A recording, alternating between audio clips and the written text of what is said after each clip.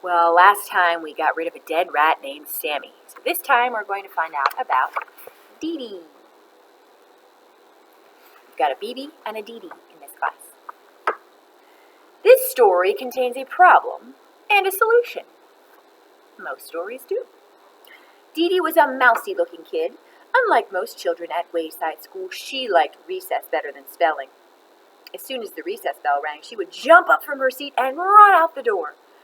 There were big signs in Wayside School on every floor. No jumping down the steps.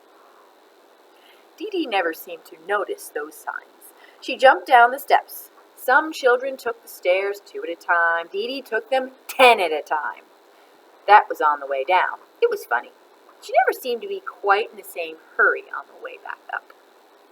There was another sign at Wayside School, no cutting across the grass.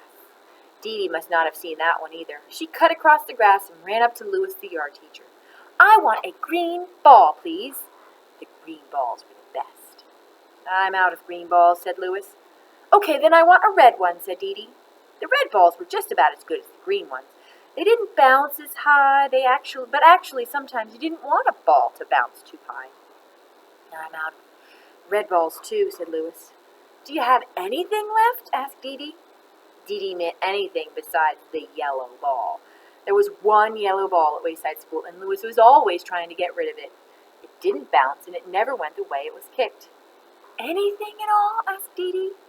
"Today's your lucky day," said Louis. "I have one ball left just for you, the one and only yellow ball." "No, thanks," said Dee Dee. "Oh, come on, take it," said Louis.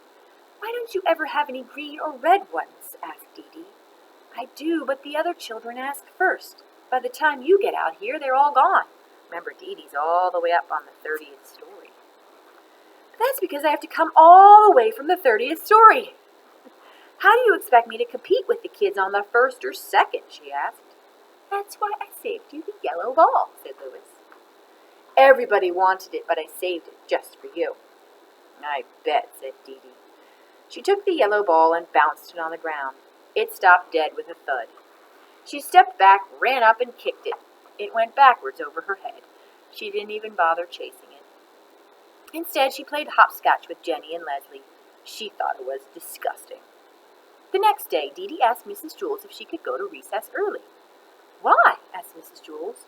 "So I can get a green ball from Louis before he gives them all away," said Dee Dee. "I'm glad you have a good reason," said Mrs. Jules. "Yes, you may go, but first, spell Mississippi for me." Do you know how to spell Mississippi? Spelling was not Dee Dee's best subject. By the time she finally got it late, she was 5 minutes before she... Let me try that again. By the time she finally got it right, she was 5 minutes late for recess. She jumped down the stairs, cut across the grass, and ran up to Louis. There were no green balls left. There were no red ones either. However, there was still the yellow ball. Dee Dee played jump rope with Joy and Mauricia. It was no better than hopscotch. So Dee Dee's problem was to figure out a way to get a green ball, or at least a red one. You already know that this story also contains a solution. What do you think the solution is? Dee Dee figured it out. See if you can too. Remember everything you know about Dee Dee, Wayside School, and Mrs. Jules. Hint, the next day Dee Dee brought a cream cheese and jelly sandwich, some nuts and shredded cheese in her lunchbox.